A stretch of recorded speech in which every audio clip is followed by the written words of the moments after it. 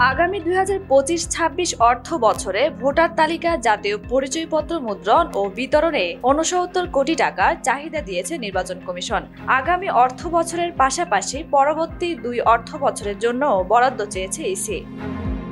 নির্বাচন কমিশনের 3 অর্থ বছরের মধ্যমেয়াদী বাজেট প্রাক্কলনের কার্যবিবরণী থেকে ইসির এ চাহিদাপত্র পাওয়া গেছে।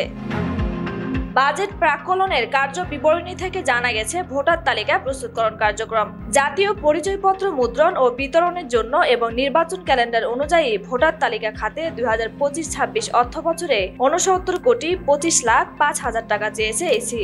2026-27 অর্থ বছরে 70 কোটি 63 লাখ 40 হাজার টাকা এবং 2027-28 অর্থ বছরে 73 কোটি 44 লাখ 16 হাজার টাকার সংস্থান রাখা হলো।